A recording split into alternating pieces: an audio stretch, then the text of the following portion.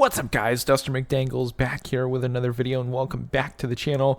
We are here again with another NHL season preview series episode, and in this one today we're going to be taking a look at the New York Rangers, how they finished last year with team stats, individual stats, as well as look forward with their cap room, their contracts, and we'll talk about and predict what I think that they will do this upcoming season. But quick, before, if you guys are new to the channel, be sure to hit that subscribe button if you are new. It is completely free. If you like anything hockey, join the channel, help the community grow. But without further ado, guys, getting into it here, the New York Rangers made a good run in the playoffs, but were defeated by the New Jersey Devils, crosstown rivals of the Rangers, the Devils. They finished the season off 47, 22, and 13 for 107 points. Going over to individual stats here with the top 10, Panarin leading the way, 92 points in 82 games played. Zibanejad, 91 points in 82 games. Adam Fox, another solid year, 72 points in 82 games played. Trocheck, 64 and 82, and then Chris Kreider, 54 and 79, having a down year from the year previous. Was absolutely crazy 2 years ago from Kreider. And then rounding out the top 10, you had Hedl, Miller, Kakko, Lafreniere, and Barkley, Goodrow. Not on that top 10, but players they brought in last year who are no longer on the team as of right now. Tarasenko and Patrick Kane, they brought them in to make a push in the playoffs, and it just did not work out. As we now look at their contract situation, cap room, they are pretty much set with that. They are basically zero. Draft picks for next year, they've got their first, second, fourth, fifth, and sixth round picks, so they still have plenty of draft capital if they need to move anything around. Looking at their contracts right here, they have nobody on the injured reserve, so this is pretty much their team unless there are injuries in the preseason. Not rookie deals, but deals expiring after this year, players playing for contract years. We've got Kakko, newly signed. Blake Wheeler signed a one-year deal with them. Nick Bonino. You've got Tyler Pitlick, however you want to call him, has a deal up this year playing for a contract. Ryan Lindgren also up after this year, as well as Schneider, Gustafsson, and McKay. And between the pipes, Jonathan Quick signed a one-year deal with the New York Rangers, his boyhood team. So definitely interesting with some players. Obviously, you don't see Patrick Kane or Tarasenko. Kane's still technically a free agent at this point in time, recovering from that surgery, as well as Tarasenko. He ended up signing with the Ottawa Senators. So bringing those guys in for draft capital last year was pretty much a waste. Looking overall at their team, they still do not have in my mind, it's really hard to say if they are deep enough, because when you look at their top guys, you got Panarin making $11.64 million for the next 3 years. You got Zibanejad, who they locked up until 2029, making $8.5 million a year at 30 years old. I think that's a pretty good deal, and he is a very solid player.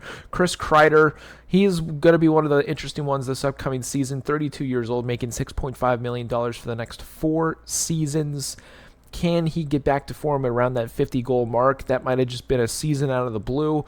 I think last year is what we can expect from him, being around that 36, maybe even 30 to 40 goal range. Maybe that 60-point mark is something he can definitely try to shoot for this upcoming season.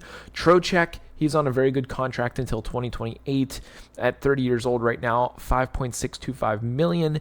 Very solid depth forward, not elite, but he is a very good player, almost like a Brian Rust-ish type player. So he can fit in on first lines if he needs to, but I'd say he's more of a second line talent, and again, a very good talent at that. He finished with 64 points in 82 games last year. I expect very similar stat line, around 58 to 65 point range this year, or if he has a good year, maybe hits that 70 to 75 point mark, which would be a huge help for the Rangers trying to get back in the hunt for the Stanley Cup.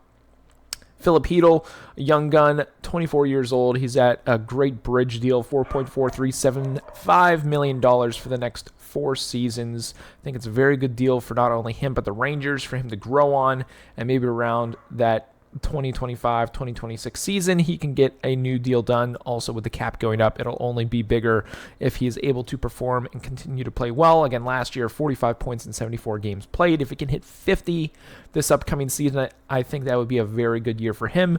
Goudreau on another great deal as well, $3.641 million. Very good stuff there. Lafreniere just signed a bridge deal in my mind, $2.325 million for the next 2 seasons. He is still only 21 years old.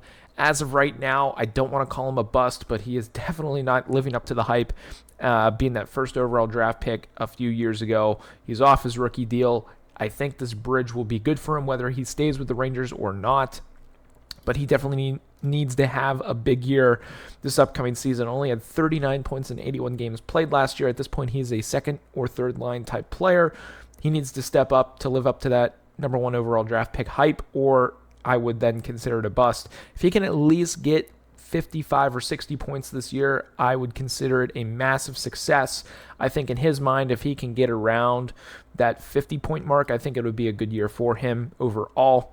Capo Caco in the same boat. He's got to get it figured out. He's on a deal expiring this upcoming season. Blake Wheeler, Nick Bonino, Jimmy Vesey. You got some older guys trying to cup hunt at this point. And then on the back end, Adam Fox, great deal, $9.5 million until 2028. Jacob Trouba, their captain, $8 million for the next 3 seasons.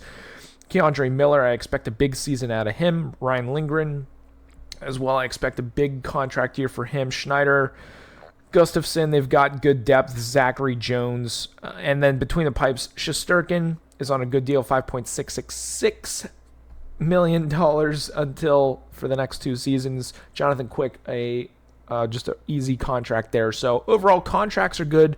The team on paper looks good. They're essentially, I would say, 3 lines deep up front, and then I'd say 5 defensemen deep on the back end. This team is definitely loaded for another run. They've got some young talent. They've got some veteran leadership and talent coming in as well. They're going to be a tough team to play against this upcoming season. Last year, again, with 107 points for my prediction. Now, moving forward, if they are around that 105 to 112 range, I expect them to be in the hunt for the Metropolitan Division title and a good spot for the playoffs moving forward, whether they get that 2-3 spot and play either the Devils or Hurricanes or even the Islanders or Penguins in that. It's definitely going to be a tough year for them in the playoffs. It's going to be tough for anyone once you get to the playoffs because every team at that point is going to be really good.